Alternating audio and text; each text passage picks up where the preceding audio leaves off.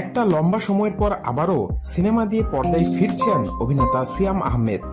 গেল ঈদের আগেই নিজের জন্মদিনে পোস্টার প্রকাশ করে ভক্তদের চমকে দেন তিনি, যেখানে দেখা যায় জঙ্গলি নামের নতুন একটি সিনেমা নিয়ে হাজির হচ্ছেন এই নায়ক। ঈদের পরপরই শুরু হয়েছে এই ছবির শুটিং। আসন্ন ঈদুল আজহাতেই প্রেক্ষাগৃহে সিনেমাটি মুক্তি দেওয়ার প্রস্তুতি সম্পন্ন করেছে নির্মাতারা। সেই পরিকল্পনা থেকেই রাজধানীর মোহাম্মদপুরে টানা চলছে সিনেমার শুটিং কাজ। সিনেমায় মূল চরিত্রে সিয়াম থাকলেও তার বিপরীতে কে অভিনয় করছেন সে বিষয়টি শুরু থেকেই গোপন ছিল।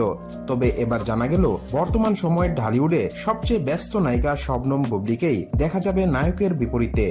ইতিমধ্যেই নাকি নায়িকার সঙ্গে সকল আলাপ সম্পন্ন হয়েছে। শিগগিরই সিনেমার শুটিংয়েও অংশ নেবেন বুবলি।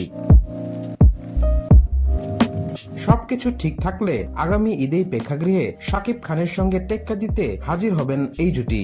এ বিষয়ে সিয়াম আহমেদ বলেছেন, শুটিং শুরুর প্রায় 6 মাস আগে থেকে কাজটির জন্য প্রস্তুতি নিচ্ছিলাম এবং সেটা শারীরিক ও মানসিক দুইভাবেই। দর্শকদের নতুন কিছু দেওয়ার জন্যই সময় নিচ্ছিলাম, নিজেকে প্রস্তুত করে তবেই কাজে ফিরেছি। জানা গেছে জঙ্গলি সিনেমা পরিচালনা করছেন এম রাহিম।